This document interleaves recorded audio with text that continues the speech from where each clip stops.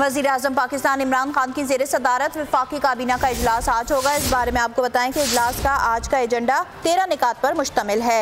SCCP की सालाना report के मुताबिक आज जो मुजवज़ा तजवीज़ है वो सामने रखी जाएगी। हमारे साथ मौजूद हैं बोल न्यूज़ के नुमाइंदे गुलाम मुर्तज़ा। इजलास कब शुरू होगा?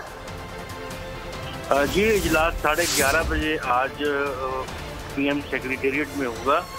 13 निकाती एजेंडा है जिस पर बातचीत की जाएगी। SCCP की सालाना रिपोर्ट 2017-18 पेश की जाएगी। काबीना मुल्क में तालीम निज़ाम जो यकसा निज़ाम तालीम है उस पर बातचीत करेगी। बायोलॉजिकल और टॉक्सिन हथियारों के कन्वेंशन पर अमल का बिल पेश किया जाएगा। आज काबीना में पेट्रोलियम और पावर डिवीजन को अलग वजारतें बनाने की जो करारदाद थी वो मंजूर की जाएगी।